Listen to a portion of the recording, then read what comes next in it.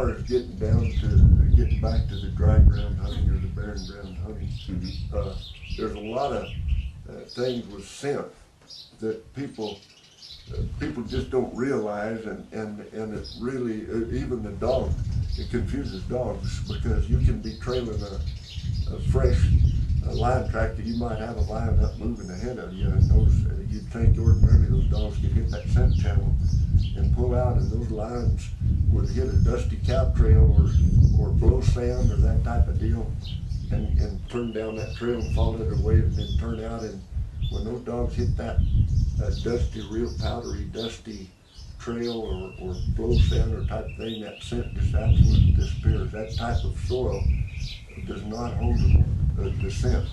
And unless a hunter, unless you're there helping those dogs and you've kind of seen this happen before, you might think, boy, something's wrong, and you'll go back and waste a lot of time where you should be just following that track. Because that's one thing, when they do hit something like that, the man can see the track, so you just follow it, and the minute it turns off, they'll turn off of that trail or something, they'll fly on it again.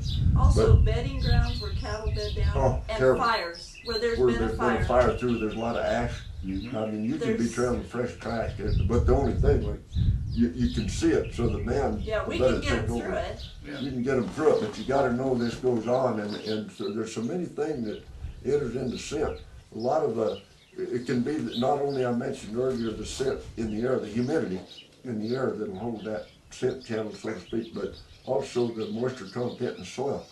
If it's damp, of course, if the scent condition is so much better. If it's dry, it's terrible. But another thing is a hard surface will hold that scent, even in this dry, hot weather. If they walk across a bluffy or solid rock surface, those dogs can just trail the heck out of it, because it's a solid surface. Now, if it's grass or leaves or something where there's disturbance and it's movement, that scent dissipates a lot faster. So it's a lot of, when you're trailing the line, you're wondering you trail it so good for so far, and then all of a sudden these dogs just slow it up, and you're going to think, well, I must have switched track. Now, that's a possibility. You always got to keep that in mind, because it can do that. But a lot of times it's just the setting conditions and the type of soil, or the type of the hardness, the surface that they're going over.